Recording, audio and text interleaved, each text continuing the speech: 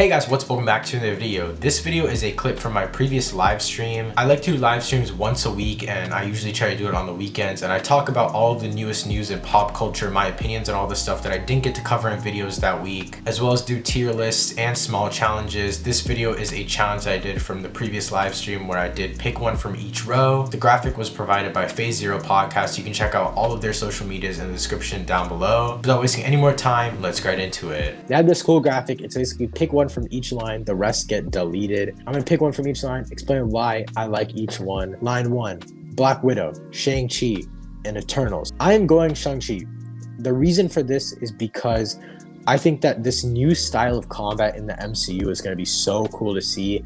It's going to be more hand-to-hand combat. Obviously, we saw that in Winter Soldier. Winter Soldier, in my opinion, is one of the best Marvel movies. And so I'm excited to see where they go with the combat in this series. I mean, in this movie. Personally, the costume that we got from the leaked toy, it wasn't my favorite thing in the world, but I understand it's supposed to be a sleek costume. I don't think that's his final form costume. It's like that whole, the suit doesn't look that cool. It might just be the initial suit that he gets in the beginning of the movie. But I'm excited for the movie nevertheless because of the new style of action that we'll be getting and something that we haven't seen in the MCU just yet. Next on the middle row, which is arguably the most difficult row to choose from, we have Multiverse of Madness, Thor: Love and Thunder, and Spider-Man: No Way Home.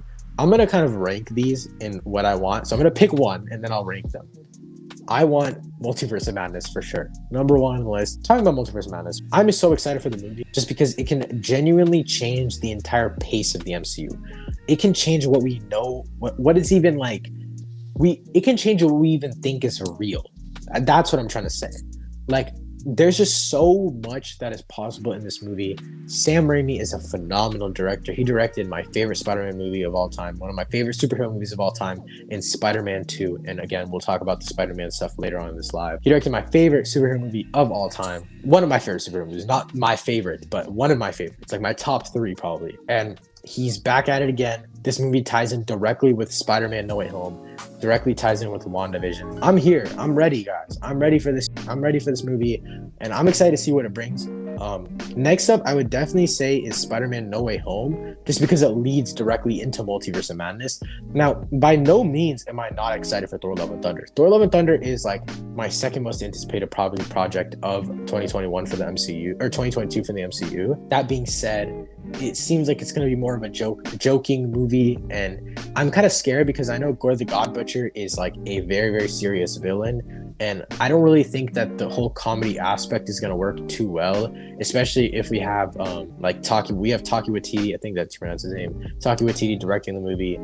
Thor Ragnarok, it was good to have that comedy because Thor's character really needed it, but Gore the God Butcher is a very, very serious villain, and the main reason why I'm actually still excited for Thor: Love and Thunder is because of Christian Bale playing Gore the God Butcher. Christian Bale is one of my favorite actors of all time, and I think he'll do a great job in the MCU. Hopefully he doesn't necessarily get killed off because Gore the God Butcher is so powerful and he could do a lot in the MCU, so hopefully he doesn't necessarily get killed off. Obviously he's gonna have to get defeated in some capacity, but I would say my rankings for row 2 would be Multiverse of Madness, No Way Home, and then Thor: Love and Thunder. But I'm basically excited for Spider-Man and Thor equally. And then the final row, I'm kind of still questionable about this one. We talked about Black Panther 2 earlier, and then Captain Marvel 2 and Quantumania. So Quantumania I'm excited for because, again, it'll introduce a whole new aspect. It'll dive us deeper into the quantum realm in the Marvel Cinematic Universe. And I think I'm excited mostly for Quantumania because of King the Conqueror. I think he's the main villain.